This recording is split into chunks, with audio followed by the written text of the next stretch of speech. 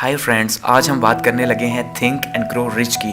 जी हाँ, Napoleon Hill की लिखी हुई बुक, बहुत ही ज़बरदस्त, बहुत ही शानदार बुक, जिसका मैसेज यही है कि आप सोच के कैसे अमीर हो सकते हैं या सोच के आप कैसे सक्सेसफुल हो सकते हैं। तो चलिए स्टार्ट करते हैं। सबसे पहले अगर इस बुक के बारे में बताऊं तो ये बुक जो है ये 1938 के अंदर जो है 1938 के अंदर फर्स्ट टाइम पब्लिश हुई थी। और ये बुक जो है नेपोलियन हिल ने एंड्रयू कार्नेगी की मुलाकात के बाद, एंड्रयू कार्नेगी अपने ज़माने के सबसे बड़े स्टील या बिजनेस टाइकन थे अमेरिका के, तो उनसे मुलाकात के बाद जो है उन्होंने ये बुक 500 लोगों के साथ इंटरव्यू किया। उसके बाद उन्होंने यूनिवर्सल लॉज के ऊपर ये बुक लिखी कि वो कौन से लॉज हैं जो फॉलो किए जाएं तो हर कोई जो है वो सक्सेसफुल बन सकता है या अमीर बन सकता है, और वो भी सोच के। तो इसका जो मेन कॉन्सेप्ट है वो भी यही है कि थॉट और द थिंग्स, कि जो ख्यालात हैं एक्चुअली में, जो हम सोचते हैं वही चीज़ें हैं, कि हम जैसा सोचते हैं वैसा ही होता है या हम जैसा सोचेंगे वैसा ही होगा। तो इस बुक का सारा कॉन्सेप्ट जो है वो यही है कि आपने खुद को या अपनी सोच को किस तरह से तैयार करना है इस सोच के लिए कि वो आपको सक्सेसफुल करे या आपको अमीर बना दे। तो इसका जो सबसे पहला पॉइंट है, अगर हम वो देखें तो सबसे पहले पॉइंट में नेपोलियन हिल बताते हैं कि आपके पास डिज़ायर होनी चाहिए। जी हाँ, डिज़ायर से मुराद आपके पास वो ख्वाहिश, वो ड्रीम्स होने चाहिए कि आपको एक्चुअली में लाइफ से क्या चाहिए। और सिर्फ नेपोलियन हिल यहाँ बताते हैं कि सिर्फ डिज़ायर जो है वो कामयाबी के लिए काफ़ी नहीं, बल्कि बर्निंग डिज़ायर जो है, यानी जुनून, पैशन आपके अंदर अगर पैशन होगा कामयाब होने का, आपके अंदर जुनून होगा कि आपको कामयाबी चाहिए ही चाहिए,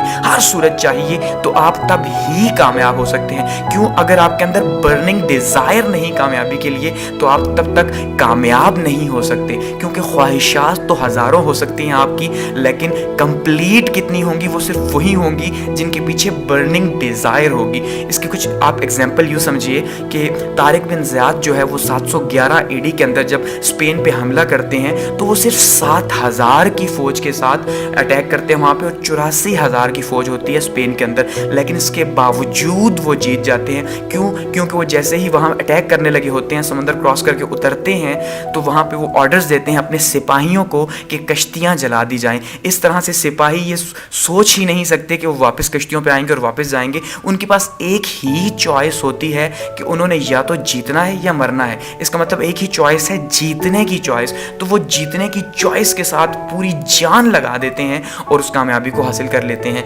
इसी तरह से नेपोलियन हिल भी यहाँ पे कहते हैं कि जब तक आपके अंदर बर्निंग डिज़ायर नहीं, जुनून नहीं किसी चीज़ को हासिल करने का, तब तक आप उसे हासिल नहीं कर सकते। इस बुक का जो सेकंड चैप्टर है वो है फेथ। जी हाँ, अगर आपके पास डिज़ायर है, बर्निंग डिज़ायर है, तो उसके बाद आपके पास फेथ होना चाहिए, आपको यकीन होना चाहिए अपनी कामयाबी का कि आप जो करने जा रहे हैं या जो करेंगे वही आपको कामयाब करेगा, कैसे भी वही आपको कामयाब करेगा। जिस टाइम आपको ये बिलीव पैदा होगा, ये फेथ पैदा होगा कि आप ये कर सकते हैं, तब ही आप वो कर सकते हैं। क्योंकि जब तक आपके अंदर फेथ नहीं आएगा, आपके डिज़ायर का कोई फ़ायदा नहीं, आप तब तक वो चीज़ अचीव नहीं कर सकते। इसलिए सक्सेसफुल होने के लिए या सोच के कामयाब होने के लिए जो दूसरा पॉइंट है वो है आपका फेथ, आपका यकीन कि आपने कामयाब होना है। अगर हम थर्ड चैप्टर की बात करें तो वो है ऑटो सजेशन। जी हाँ, नेपोलियन हिल कहते हैं कि ऑटो सजेशन जो है वो बहुत ही ज़रूरी है सोच के कामयाब होने के लिए, सोच के अमीर होने के लिए। कैसे? ऑटो सजेशन से मुराद खुद कलामी, खुद से बातें करना। जी हाँ, यहाँ खुद से बातें करना से क्या मुराद है कि आपने अपने माइंड को बार बार ये रिमाइंड करवाना है कि एक्चुअली में आपको लाइफ से क्या चाहिए, या वो जो आपकी बर्निंग डिज़ायर है आपने वो बार बार अपने ब्रेन को बतानी है, बार बार थोड़ा सा लाउडली बतानी है, ताकि आपका ब्रेन उसे सुने और सुन सके और बार बार सुन सके। इस तरह से वो तैयार होगा आपको कामयाब करने के लिए। इसलिए ऑटो सजेशन जो है वो बहुत ज़्यादा ज़रूरी है साइकोलॉजिकल पॉइंट ऑफ व्यू से भी आपको कामयाब करने के लिए। इसके बारे में बताते हैं कि 2 टाइम आप ऐसे रखें, एक रात को सोने से पहले, दूसरा सुबह जागने के बाद। आपने रिपीट करना है कि आपको क्या कामयाबी चाहिए और किस टाइम तक आपको वो कामयाबी चाहिए। अगर अगले चैप्टर की बात करें तो वो है स्पेशलाइज्ड नॉलेज। जी हाँ, स्पेशलाइज्ड नॉलेज से मुराद ख़ास किस्म का इल्म। नेपोलियन हिल बताते हैं चैप्टर 4 के अंदर कि भाई अगर आपने कामयाब होना है सोच के साथ तो आपको क्या करना है, आपको जर्नल नॉलेज नहीं चाहिए बल्कि आपको स्पेशलाइज्ड नॉलेज चाहिए, एक ख़ास किस्म का इल्म चाहिए जो आपको कामयाब कर सके। जी हाँ, अगर आपके पास जनरल नॉलेज है जितना भी है वो आपकी फील्ड से रिलेटेड नहीं, आपके बिजनेस से रिलेटेड नहीं, वहाँ पे अप्लाई नहीं हो सकता, तो उस नॉलेज का कोई भी फ़ायदा नहीं। आप उसे अपने दिमाग में जितना मर्जी भरें, लेकिन जो नॉलेज आपकी फील्ड से रिलेटेड है वही नॉलेज आपको कामयाब करेगा। इसका मतलब यही है कि आपके पास अपनी फील्ड से मुताल्लिक या जो बिज़नेस आप करने जा रहे हैं, जो काम आप करने जा रहे हैं उससे मुताल्लिक जो है ख़ास किस्म का इल्म आपके पास मौजूद होना चाहिए। अगर नेक्स्ट चैप्टर की बात करें तो वो है इमेजिनेशन। जी हाँ, आइडियाज़, आपके तसव्वुरात। इसमें नेपोलियन हिल बताते हैं कि आपने अगर कामयाब होना है तो आपको इमेजिन करना होगा अपनी कामयाबी को, इमेजिन करके डूबना होगा अपनी कामयाबी में और उसे फील करना होगा कि जैसे आप कामयाब होंगे 10 साल बाद, 5 साल बाद, तो आप कैसा फील करेंगे, वैसा ही आपने अभी फील करना है और ख़ुद को फील करवाते रहना है बार बार बार बार बार बार, ताकि आपका माइंड उस स्टेट में चला जाए और आप ये फील करना स्टार्ट कर दें कि आप कामयाब हो चुके हैं। इस टाइम पे, इस लम्हे में आप कामयाब हो चुके हैं। उसके लिए आपको अपनी इमेजिनेशन को स्ट्रॉन्ग करना होगा। वो ये बताते हैं कि आप स्टार्ट में जब ये स्टार्ट करेंगे और इमेजिन करने की कोशिश करेंगे कि आप कामयाब हो चुके हैं तो ये बहुत मुश्किल आपको लगेगा, आपके लिए आपको खुद पे हंसी भी आएगी, लेकिन जैसे जैसे आप करते जाएंगे आपका जो सबकॉन्शियस माइंड है वो बिलीव करता जाएगा, वैसे वैसे आपकी कामयाबी आपके पास आती जाएगी, आप उतनी ही आसानी से कामयाब हो सकेंगे। इसलिए जो इमेजिनेशन है वो बहुत ज़रूरी है, आपने अपनी कामयाबी को इमेजिन करना है। अगर अगले टॉपिक की बात करें तो वह ऑर्गेनाइज्ड प्लानिंग। जी हाँ, अगर आपको कामयाब होना है तो आपके पास ऑर्गेनाइज्ड प्लानिंग, ख़ास किस्म की प्लानिंग होनी चाहिए, एक पूरा मुकम्मल प्लान होना चाहिए कि आपने किस किस वे से जाके आप अपनी सक्सेस को अचीव करना है। इसलिए पूरी ऑर्गेनाइज्ड तरीके से आपको आगे बढ़ना है और ऑर्गेनाइज्ड तरीके से आप तब ही आगे बढ़ेंगे जब आप अप्लाई करेंगे पेपर के ऊपर अपना ये सारा वर्क, और जो कुछ भी आप करना चाह रहे हैं उसको पेपर पे लिख लें, पूरे का पूरा लिखें, बताएं खुद को कि आपने ये कैसे करना है, 1 बाय 1, स्टेप बाय स्टेप, और फिर उसे स्टार्ट कर दें। और जहाँ जहाँ आप समझते हैं कि उसे चेंज करने की ज़रूरत है वहाँ वहाँ आप उसे चेंज करते जाएं, यही कामयाबी का राज है। अगर नेक्स्ट चैप्टर की बात करें तो वो है डिसीजन। जी हाँ, डिसीजन मेकिंग जो है वो बहुत इम्पॉर्टेंट समझी जाती है कामयाबी के लिए। अगर आपके अंदर डिसीजन मेकिंग स्किल्स हैं तो आप बहुत जल्दी कामयाब हो जाएंगे, लेकिन अगर आपके पास डिसीजन मेकिंग स्किल्स नहीं या वो वीक हैं तो आपकी कामयाबी उतनी ही मुश्किल हो जाएगी।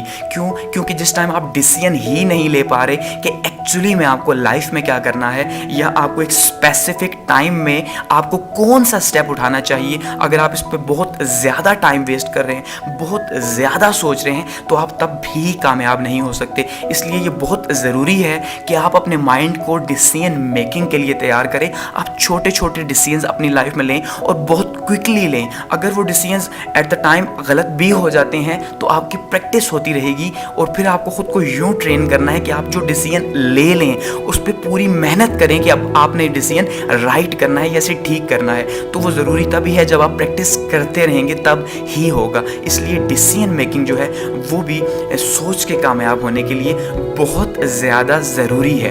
अगले चैप्टर की अगर हम बात करें तो वो है परसिस्टेंस या कंसिस्टेंसी या तसलसल।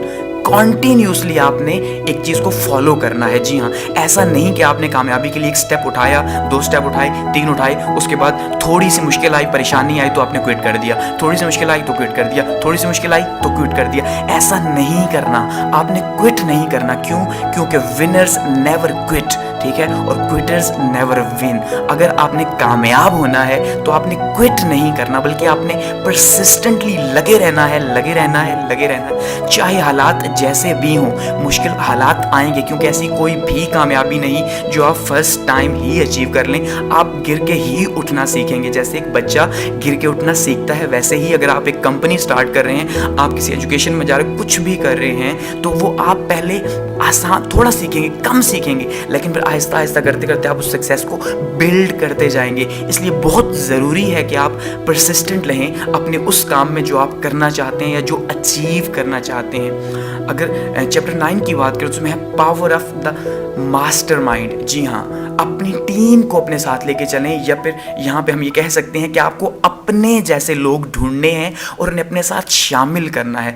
आप अगर इंजीनियरिंग के अंदर बिजनेस करते हैं तो आप इंजीनियर्स को ढूंढिए, अपना माइंड उनके साथ मिलाइए कि भाई मैं ये करना चाहता हूँ, तो अब मुझे आइडियाज़ दो, उन्हें साथ लेके चले। इसी तरह आप बहुत जल्दी ग्रो कर सकते हैं। वैसे ही अगर आप कॉर्पोरेट वर्ल्ड के अंदर कुछ भी करना चाहते हैं तो आपको कॉर्पोरेट लीडर्स चाहिए जो आपकी फील्ड से रेलिवेंट हो, जो आपको सक्सेसफुल करवा सके। एक टीम बना के चलना है। अगर आप अकेले चलने की कोशिश करेंगे तो बहुत मुश्किल है कि आप कामयाब हों, या बहुत टाइम लगेगा इसमें। लेकिन आप अगर किसी को साथ लेके चलेंगे तो बहुत आसानी से आप कामयाब हो सकते हैं। इसलिए आपको मास्टरमाइंड जो है वो अपने साथ लेके चलना है। ये भी बहुत ज़रूरी है आपकी कामयाबी के लिए।